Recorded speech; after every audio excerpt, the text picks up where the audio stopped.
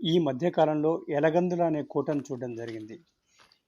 కరీంనగర్‌కు 10 కిలోమీటర్ల దూరంలో కరీంనగర్ నుండి కామారెడ్డికి వెళ్ళే మార్గంలో ఈ కోట ఉంటుంది. ఇది ఎంతో చారిత్రక ప్రాముఖ్యతను సంతరించుకున్న కోట.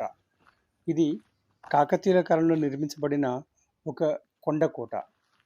16వ శతాబ్దంలో కుతుబ్ షాహీలు ఈ కోటను స్వాధీనం చేసుకొని తమ అధికారులను నియమించారు. ఆ తర్వాత ఇది మొఘలుల అధీనంలోకి వెళ్ళింది. ఇక మొహర్రబ్ ఖాన్, మిర్జా ఇబ్రాహీం ఖాన్ తంసా వంటి వారు దీనికి కీలేదారులుగా వ్యవహరించారు. నవాబ్ సలాబత్ జంగ్ కాలంలో తంసా అంటే మిర్జా ఇబ్రాహీం ఖాన్ తంసా ఈ కోటను పునర్నిర్మించి బలపరిచాడు. ఆ విధంగా కాకతీయుల కాలంలో నిర్మించబడి థంసా చేత ఇది పునర్నిర్మించబడి బలోపేతం చేయబడింది. ఇక సికిందర్ జా కాలంలో బహదూర్ ఖాన్, కరీముద్దీన్ అనేవాళ్ళు కీలేదారులుగా సేవలు అందించారు. ఈ కరీముద్దీన్ పేరుతోనే కరీంనగర్ జిల్లాకు ఆ పేరు వచ్చిందని చరిత్రకారులు చెప్తూ ఉంటారు. ఒకప్పటి ఈ కోట వైభవమే వేరు. ఆ వైభవం ఇప్పుడు కనిపించకున్నా మనం కొంత ఆ వైభవం గురించి మాట్లాడుకుందాం. ఈ కోటకు 8 ప్రధాన ద్వారాలు, 2 ప్రాకార గోడలు ఉన్నాయి.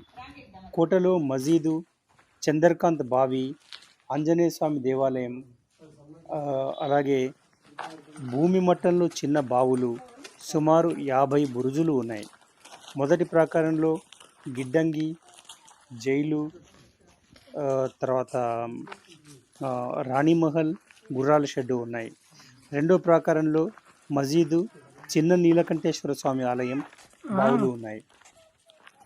సుమారు 250 మెట్లు ఎక్కి 3 ద్వారాల ద్వారా పైభాగానికి చేరుకుంటారు.